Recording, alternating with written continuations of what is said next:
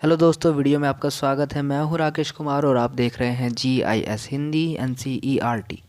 दोस्तों, आज हम हल करने वाले हैं कक्षा 7 के गणित विषय की प्रश्नावली 8.3 को। तो दोस्तों चलिए वीडियो को शुरू करते हैं। दोस्तों ये देखिए, यह है प्रश्नावली 8.3 और दोस्तों इस प्रश्नावली को हल करने के लिए हमें कुछ सूत्रों की ज़रूरत पड़ेगी। ठीक है दोस्तों, तो उन सूत्रों को हम एक ही बारी में याद नहीं करेंगे, उनको हम प्रश्न के हिसाब से याद करेंगे। ठीक है, जैसे कि ये पहला प्रश्न है। इस प्रश्न के अंदर यहाँ तक जो भी सूत्र का उपयोग होगा उन सूत्रों के बारे में हम पहले पढ़ेंगे और इन प्रश्नों को हल करेंगे। ठीक है दोस्तों, तो इस प्रश्न से संबंधित सूत्र को पहले समझते हैं और फिर इन प्रश्नों को हल करते हैं। दोस्तों ये देखिए, यहाँ पर कुछ सूत्र दिए गए हैं। इन सूत्रों को आपको बहुत ही ध्यान से समझना है, क्योंकि इन्हीं की सहायता से आप इस प्रश्नावली के प्रश्नों को हल कर पाओगे। तो दोस्तों इसमें पहला सूत्र देखते हैं। पहला सूत्र है क्रममूल्य, इंग्लिश में इसको बोलेंगे cost price, short form CP, और इसको कहा जाता है खरीद का मूल्य। खरीद का मूल्य से मतलब जब आप किसी वस्तु को खरीदते हो और उसके लिए जो आप पैसा देते हो उसको बोलते हैं उसका क्रय मूल्य। मान के चलो कि आपने कोई पेन ख़रीदा है 10 रुपये का। ठीक है, तो 10 रुपये उसका क्या हो गया? क्रय मूल्य CP। ये CP हो गया उसका। अगर आपने कोई पेन ख़रीदा है 5 रुपये का तो उसका CP कितना हो गया? 5 रुपये। यानी खरीद का मूल्य जो है कॉस्ट प्राइस होता है, क्रय मूल्य होता है, CP होता है। ठीक है, अब दोस्तों बात करते हैं विक्रय मूल्य की। विक्रय मूल्य इंग्लिश में इसको बोलते हैं selling price, short form SP। इसका मतलब होता है दोस्तों बिक्री का मूल्य। बिक्री का मूल्य मतलब दोस्तों जब हम किसी वस्तु को बेचते हैं, जिस मूल्य पर बेचते हैं वह उसका सेलिंग प्राइस हो जाता है। जैसे कि आपने पेन लिया 10 रुपये का, 10 रुपये का आपने पेन लिया, तो ये तो हो गया CP उसका 10 रुपये। लेकिन जब आप इसको बेच रहे हो आप मान लो इसको 5 रुपये में, तो 5 रुपये हो जाएगा SP। ठीक है, जिस मूल्य पे बेचोगे वो हो जाएगा SP और जिस मूल्य पे ख़रीदोगे वो हो जाएगा CP। ये आपको ध्यान रखना है। ठीक है दोस्तों, अब दोस्तों अगर आप वस्तुओं को ख़रीदोगे या बेचोगे तो उसमें आपको या तो लाभ होगा या हानि होगा, दोनों में से कोई ना कोई तो चीज़ होगी।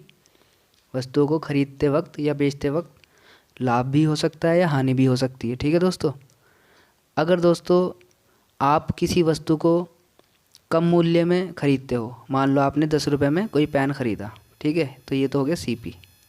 ये आपने कम मूल्य में ख़रीद लिया पेन। लेकिन जब आप इसको बेच रहे हो, मान लो आप इसको बेच रहे हो 11 रुपये में, ठीक है, 10 रुपये में ख़रीदा, 11 में बेच रहे हो, तो यहाँ पर आपको क्या हो रहा है? लाभ हो रहा है, 1 रुपया आपको ज़्यादा मिल रहा है।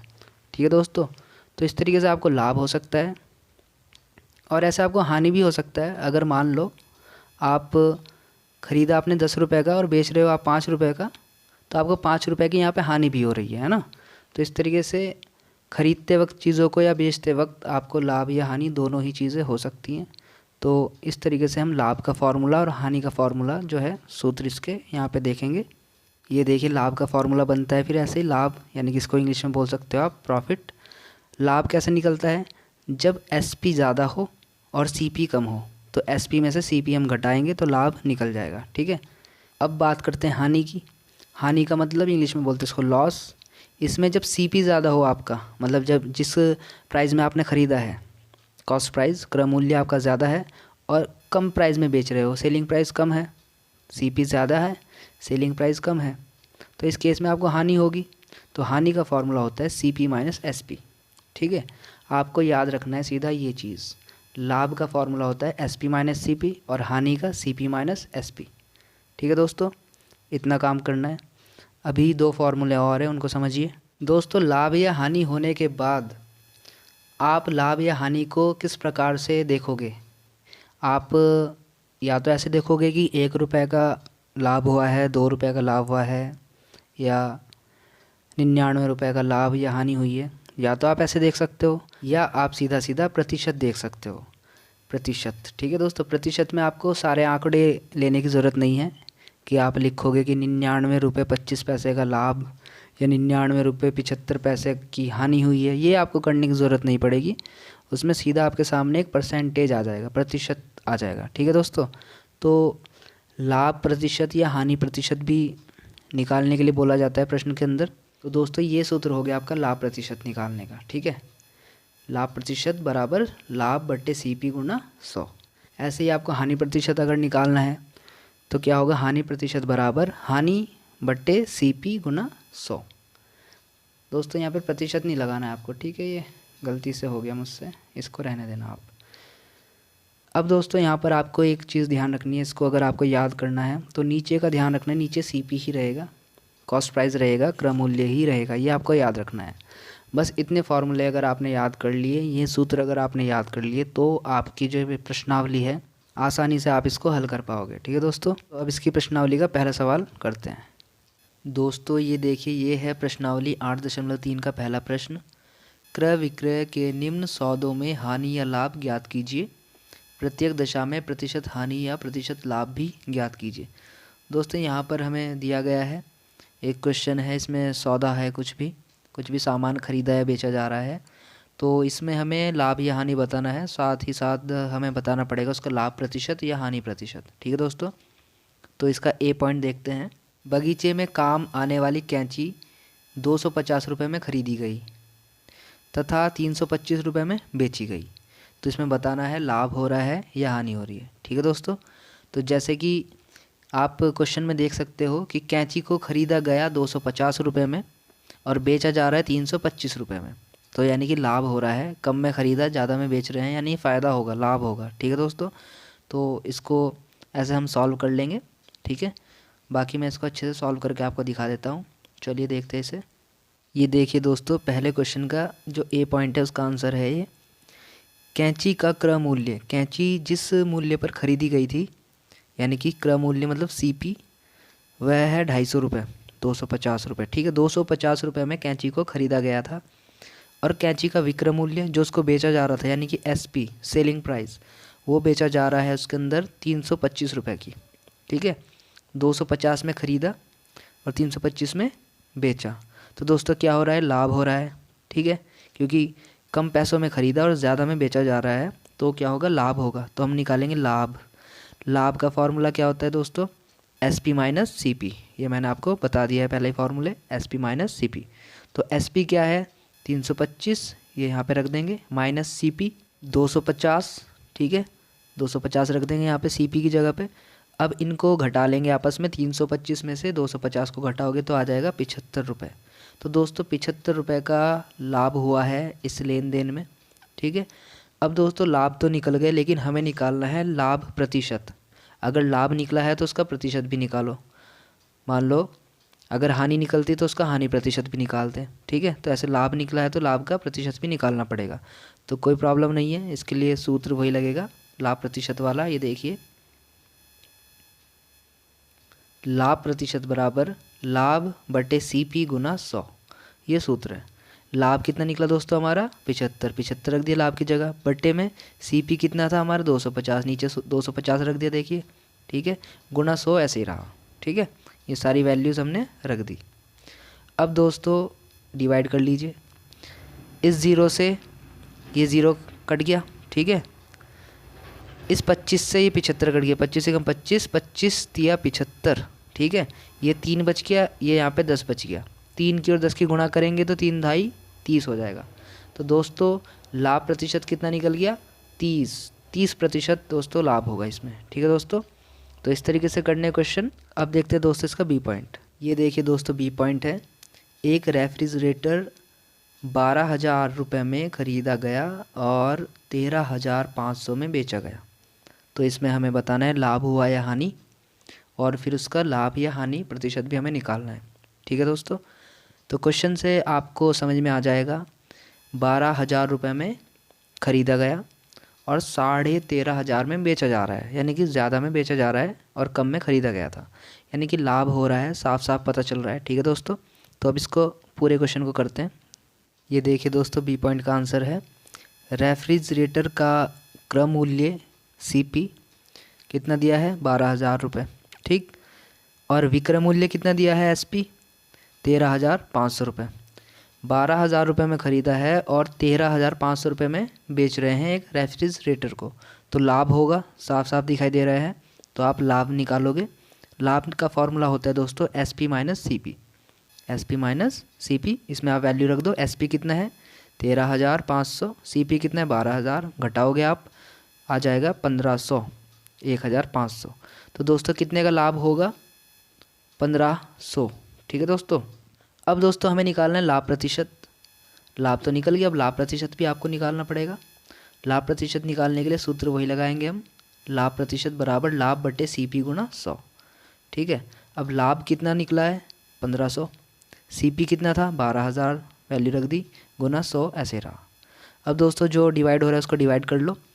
ये देखिए यहाँ पे 3 जीरो कैंसिल हो जाएंगी, 2 जीरो तो ये कट गई और एक ये ऊपर बचा 150 और नीचे बचा 12, ये देखिए बच गया। ठीक है, 150 को जब आप 12 से भाग करोगे तो बचेगा 12.5।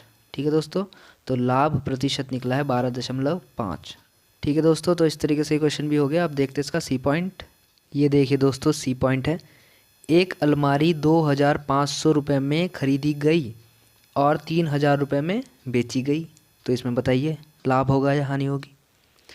जैसा कि लिखा हुआ है साफ साफ, 2,500 में ख़रीदी थी और बेच कितने में रहे हैं 3,000 में, यानी कि कम में ख़रीदी ज़्यादा में बेच रहे हैं, तो लाभ होगा, साफ साफ दिख रहा है। ठीक है दोस्तों, तो लाभ निकालेंगे, उसके बाद लाभ प्रतिशत निकाल देंगे, आंसर आ जाएगा। तो करते हैं इसको भी। ये देखिए दोस्तों सी पॉइंट का आंसर है, अलमारी का क्रय मूल्य जो है CP जो है कितना था 2,500 रुपये, इतने रुपये में ख़रीदी अलमारी। ठीक है, और बेच कितने में रहे हैं, विक्रय मूल्य क्या है SP 3,000, 3,000 रुपये में इसको बेच रहे हैं, तो लाभ हो रहा है, पता चल रहा है हमें। तो लाभ निकाल लेंगे कैसे, SP माइनस CP।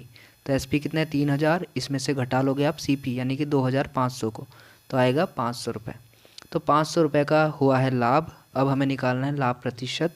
लाभ प्रतिशत निकालने के लिए आप वही सूत्र लगा दोगे फिर से, लाभ प्रतिशत बराबर लाभ बटे CP गुणा 100। ठीक है दोस्तों, अब आप वैल्यू रखो, लाभ निकला है 500 रुपये, CP है 2,500 रुपये यानी कि 2,500 रुपये गुणा 100 ऐसे रहेगा। अब आप इसमें डिवाइड कर लीजिए, इसमें 0 से 0 को आप काट सकते हो। ये देखिए 2 0 से 2 0 कैंसिल हो गई, ऊपर बचेगा 500 और नीचे बचेगा 25। तो ये देखिए 500 बटे 25 हो गया। अब आप क्या करोगे, 25 से 500 को जब डिवाइड करोगे तो 20 आ जाएगा। ठीक है दोस्तों, तो लाभ प्रतिशत कितना आ गया 20% लाभ निकल चुका है। ठीक है दोस्तों, ये क्वेश्चन भी हो गया। अब देखते हैं ऐसा ही है इसका डी पॉइंट। ये देखिए दोस्तों इसका डी पॉइंट है, एक स्कर्ट 250 रुपये में ख़रीद कर 150 रुपये में बेची गई, तो इसमें बताना है लाभ होगा या हानि होगी। दोस्तों ये देखिए 250 रुपये में तो ख़रीदा गया है और बेचा जा रहा है 150 रुपये में, ज़्यादा में ख़रीदा गया कम में बेचा जा रहा है, यानी कि हानि होगी इसके अंदर। ठीक है दोस्तों, बाकी इसको पूरे क्वेश्चन को देखते हैं अब।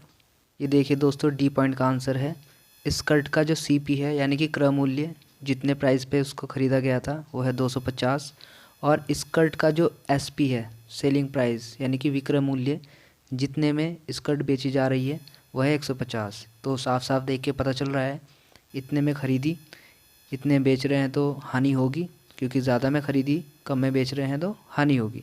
हानि का फार्मूला CP माइनस SP। ठीक है दोस्तों, वैल्यू रखेंगे, CP की वैल्यू 250, SP की वैल्यू 150, तो घटा देंगे तो निकल के आएगा 100 रुपये।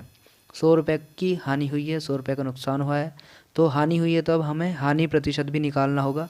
तो उसका सूत्र ये है दोस्तों हानि प्रतिशत निकालने का, हानि प्रतिशत बराबर हानि बटे CP गुणा 100।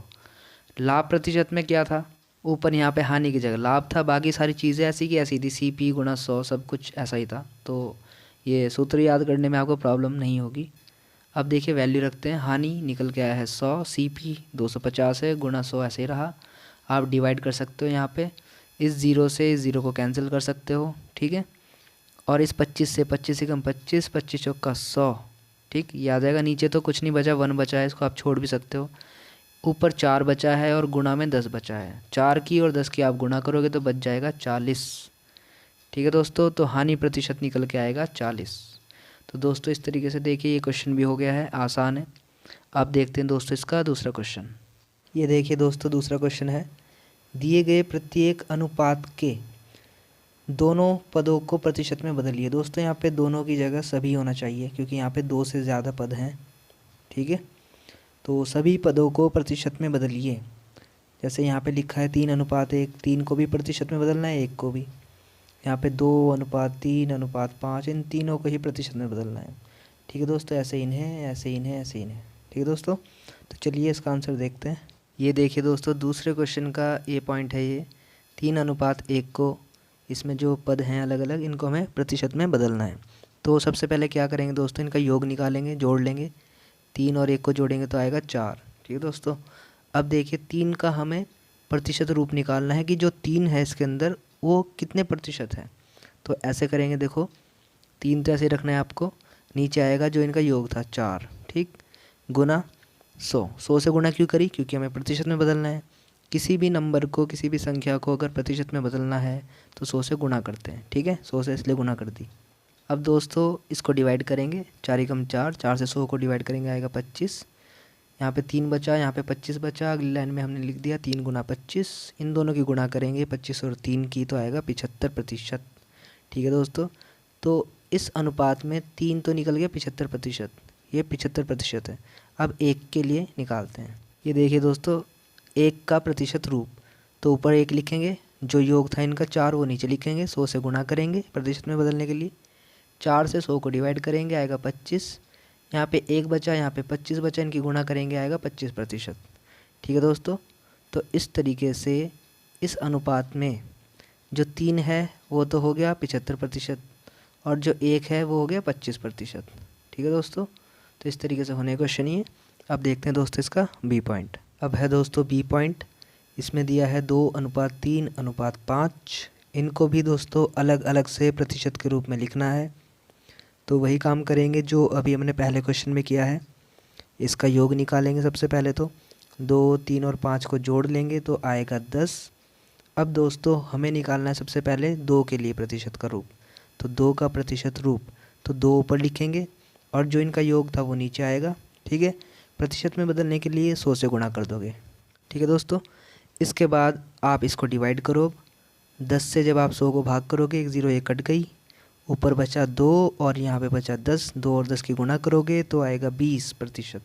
ठीक है दोस्तों, तो 2 का रूप क्या हो गया यहाँ पे 20%। अब इस 3 की बात करते हैं।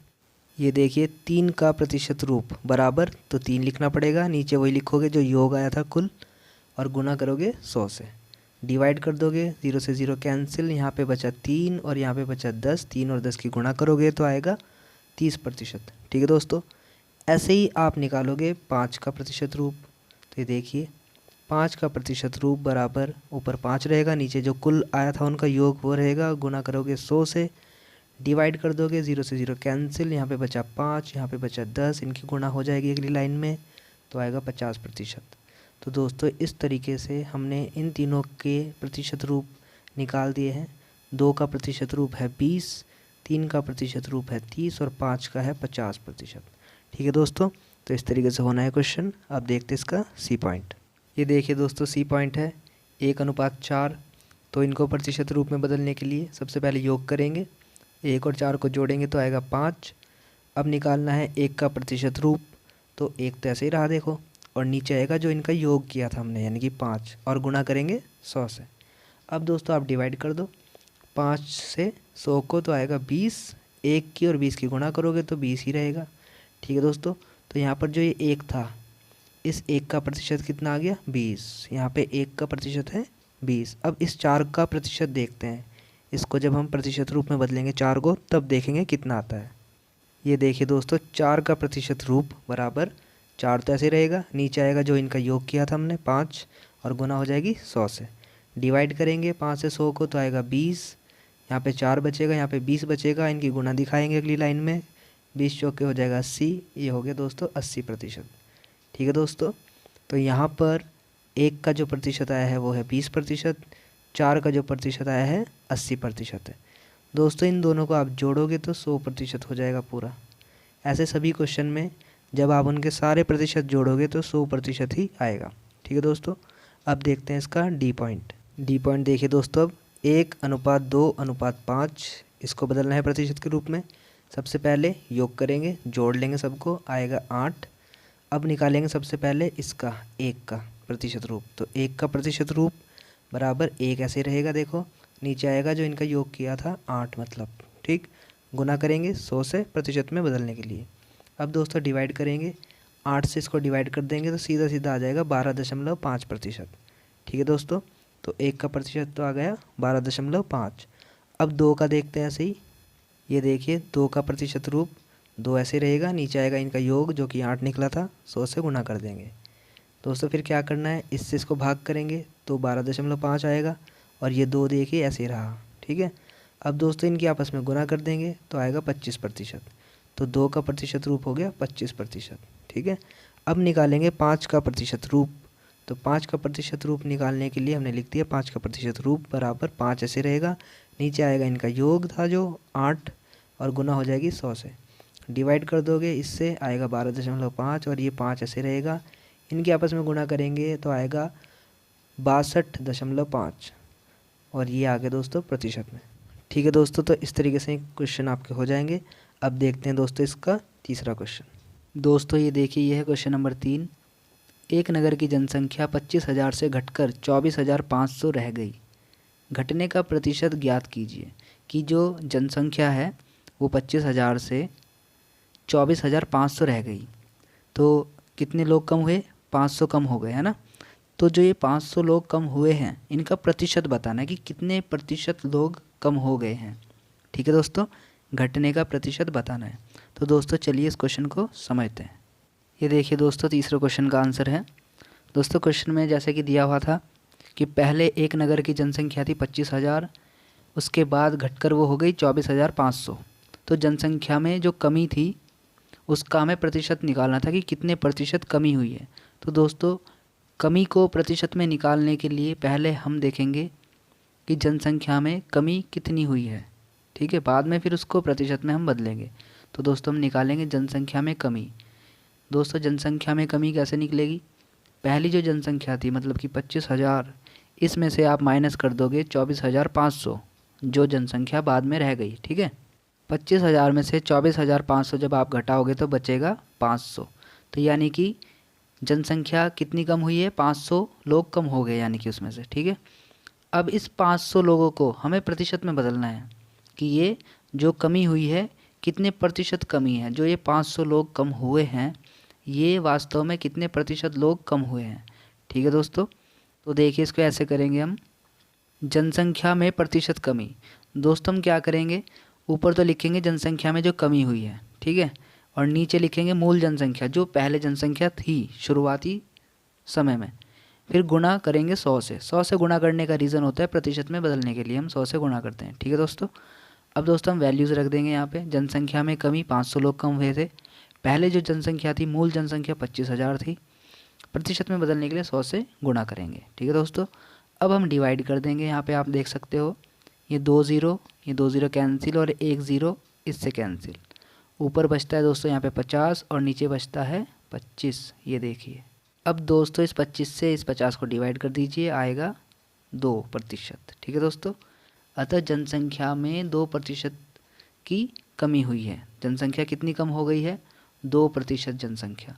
जो ये 500 लोग हैं ये वास्तव में कितने प्रतिशत हैं, 2%। ठीक है दोस्तों, तो इस तरीके से हमने जनसंख्या में कमी प्रतिशत के रूप में निकाल ली है जो कि आया है 2%। तो इस प्रकार के जो क्वेश्चन हैं वो ऐसे होंगे। अब देखते हैं दोस्तों इसका अगला क्वेश्चन। ये देखिए दोस्तों, ये है क्वेश्चन नंबर 4। अरुण ने एक कार 3,50,000 में खरीदी, अगले वर्ष उसका मूल्य बढ़कर 3,70,000 रुपये हो गया। कार के मूल्य की प्रतिशत वृद्धि ज्ञात कीजिए। कार का मूल्य जो बढ़ गया है 3,50,000 से 3,70,000 हो गया है, मतलब कि 20,000 बढ़ गया है। तो ये जो 20,000 है, ये जो जितना बढ़ा है 20,000, इसको प्रतिशत रूप में लेके आना है। ठीक है दोस्तों, जैसे हमने तीसरा क्वेश्चन किया था इसमें तो घट रहा था, जनसंख्या घटी थी तो घटने का प्रतिशत निकाला। इसमें जो मूल्य है वो बढ़ रहा है तो इसमें बढ़ने का प्रतिशत निकालेंगे। ठीक है दोस्तों, तो चलिए देखते हैं इसको भी। दोस्तों ये देखिए, यह है क्वेश्चन नंबर 4 का आंसर। दोस्तों जैसा कि क्वेश्चन में कहा गया था कि कार का जो मूल्य था पहले था 3,50,000, बाद में हो गया 3,70,000। तो कितने रुपए बढ़े हैं, 20,000 रुपये बढ़े हैं, हमें पता चल रहा है। अगर आपको नहीं पता चल रहा है कितने रुपए बढ़े हैं तो आप क्या करोगे, इन दोनों का अंतर निकालोगे। ठीक है दोस्तों, तो हम ऐसे लिख सकते हैं इसको, कार के मूल्य में वृद्धि। तो मूल्य में अगर आपको वृद्धि देखनी है कितने रुपए की वृद्धि हुई है तो आप इन दोनों मूल्य का अंतर निकालोगे। अंतर निकालने के लिए दोस्तों जो ज़्यादा प्राइस है उसको पहले लिखोगे, कम वाले प्राइस को उसमें से घटाओगे। घटाने के बाद जो आंसर आएगा 20,000 आया है, तो यानी कि 20,000 रुपये बढ़ गए हैं उस कार के प्राइस में। ठीक है, अब जो ये 20,000 रुपये बढ़े हैं ये वास्तव में कितने प्रतिशत हैं, इसको प्रतिशत में बदलने का काम है अब। ठीक है दोस्तों, तो हम दोस्तों अब लिखेंगे इसको ऐसे, वृद्धि प्रतिशत, मतलब कितनी वृद्धि प्रतिशत हुई है कार के मूल्य में। तो इसका तरीका ये है, मूल्य में वृद्धि आप ऊपर लिखोगे जितने रुपए बढ़े हैं शुरुआती दौर में जब कार का क्रय मूल्य था, यानी कि जितने में कार खरीदी थी। ठीक है, वो वाली चीज़ लिखनी है यहाँ पे। ठीक है, एक तो हम लिखेंगे मूल्य में वृद्धि कितने रुपए बढ़ गया, और नीचे लिखा जाएगा जो मूल जो उसका अमाउंट था, जो शुरुआती दौर में जब कार ली थी शुरू की जो अमाउंट थी वो लिखा जाएगा नीचे, यानी कार का क्रय मूल्य भी हम इसको कह सकते हैं, जितने में कार खरीदी गई थी। ठीक है दोस्तों, और इसी के साथ यहाँ पे 100 से गुणा कर देंगे। इसका रीज़न ये है, प्रतिशत में बदलने के लिए 100 से गुणा करते हैं। अब दोस्तों ऊपर तो रहेगी देखो वही अमाउंट, जो बढ़ गई है या घट गई है वो हमने ऊपर लिख दी। नीचे रहेगी जो मूल अमाउंट है, जो मेन अमाउंट थी, कितनी थी, 3,50,000 शुरुआती दौर में, वही रहेगी, और गुणा में 100 आपका ऐसे चलता रहेगा। अब दोस्तों कैलकुलेशन कर देंगे। यहाँ पे 2 ज़ीरो से 2 ज़ीरो कैंसिल, यहाँ पे 2 ज़ीरो से ये 2 ज़ीरो और कैंसिल, ऊपर बच गया 200, नीचे बच गया 35।